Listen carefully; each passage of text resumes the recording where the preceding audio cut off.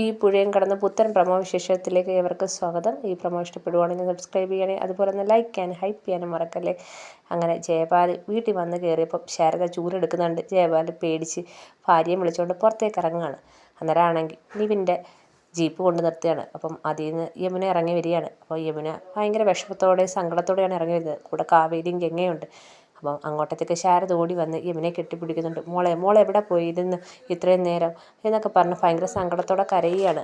ഇതൊക്കെ കണ്ടുകൊണ്ട് ജയപാലും ഭാര്യയും നിൽപ്പുണ്ട്. അപ്പോഴാണ് ബാക്കിൽ നിന്ന് നമ്മുടെ വിനീതാണെങ്കിൽ അടിച്ചൊതുക്കി വിശാലിനെയും കൊണ്ടുവരുന്നത്. അപ്പം വിശാലിനെ കാണുമ്പോൾ ജയപാലും ഭാര്യ അകപ്പാടെ വിഷമത്തോടെ വിശാലിൻ്റെ അടുത്തോട്ട് ഓടിച്ചില്ലാണ്. എന്ത് പറ്റി മക്കളെ എന്നൊക്കെ ചോദിക്കുന്നുണ്ട്.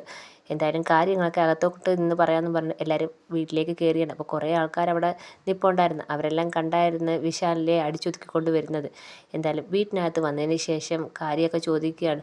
അപ്പോൾ വിശാലാണ് യമുനയെ തട്ടിക്കൊണ്ട് പോയെന്ന് കാവേരി പറയാണ്. ഇവക്ക് ഒന്ന് അനങ്ങാൻ പോലും പറ്റാത്ത രീതിയിൽ ഫോണും വാങ്ങിച്ച് വെച്ച് ഈ ഒരു കഴിഞ്ഞ രാത്രി എത്ര വിഷമത്തോടെ അവൾ കഴിച്ചു കൂട്ടിയെന്നറിയാവോ എന്ന് പറഞ്ഞ് ഭയങ്കര സങ്കടത്തോടെ കാവേരി പറയുന്നുണ്ട്. അങ്ങനെ ഇത് കേൾക്കുമ്പോൾ ജയപാലു എടുത്തിട്ട് വിശാലിനെ അടിക്കുന്നുണ്ട്. അപ്പം അത് കാണുമ്പോൾ വിശാൽ പെട്ടെന്ന് പറയുകയാണ്, എന്നെ മാത്രം എന്തിനാണ് കുറ്റപ്പെടുത്തുന്നത്? ഞാൻ ഒറ്റയ്ക്കല്ല ഈ തെറ്റൊന്നും ചെയ്തത്. യമുനയെ ഞാൻ പിടിച്ചു വലിച്ചുകൊണ്ട് പോയൊന്നുമല്ല. അവൾ സ്വമയം എൻ്റെ കൂടെ വന്നതാണെന്ന് പറയാണ്. അവൾ ഞാൻ ഇഷ്ടത്തിലായിരുന്നു. അപ്പം ഞാൻ ഒറ്റയ്ക്ക് അവളെ എങ്ങനെ വലിച്ചുകൊണ്ട് പോകുന്നതെന്നൊക്കെ ചോദിക്കുകയാണ്. ഇത് കേൾക്കുമ്പോൾ ശാരദയാണെങ്കിൽ യമുനയെ അടിക്കാൻ ചെല്ലുകയാണ്. അപ്പോൾ വിനീതൊക്കെ പിടിച്ചു മാറ്റിയാണ്. അതിനുശേഷം കാണിക്കുന്നത് വീട്ടിലേക്ക് പിടിച്ചുകൊണ്ട് പോവുകയാണ് വിശാലിനെ. അപ്പം അവിടെ ചെന്ന് വീട്ടിൽ ചെന്ന് ഇറങ്ങുമ്പോഴും നമ്മുടെ ജയപാലാണെങ്കിൽ വിശാലിനെ എടുത്തിട്ട് അടിക്കുന്നുണ്ട്. അപ്പം ജയപാലിൻ്റെ ഭാര്യ ചോദിക്കുന്നുണ്ട്, നീ എന്താടാ ഇങ്ങനെയൊക്കെ ചെയ്തത്? നീ എന്തിനാ ആ യമുനയോട് ഇങ്ങനെ ചെയ്തതെന്ന് ചോദിക്കുന്നുണ്ട്.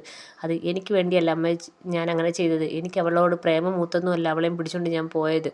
ഈ അച്ഛന് വേണ്ടി ഞാൻ അങ്ങനെയൊക്കെ ചെയ്യുമെന്ന് പറയാണ്. അതിനുശേഷം അങ്ങോട്ട് നമ്മുടെ നിവിൻ്റെ അമ്മ വരുന്നുണ്ട്. ഇതിനൊക്കെ കാരണം ആ നിവിനേട്ടനാന്ന് പറയാണ്. നിവിൻ എന്ത് ചെയ്തെന്ന് നിവിൻ്റെ അമ്മ ചോദിക്കുകയാണ്.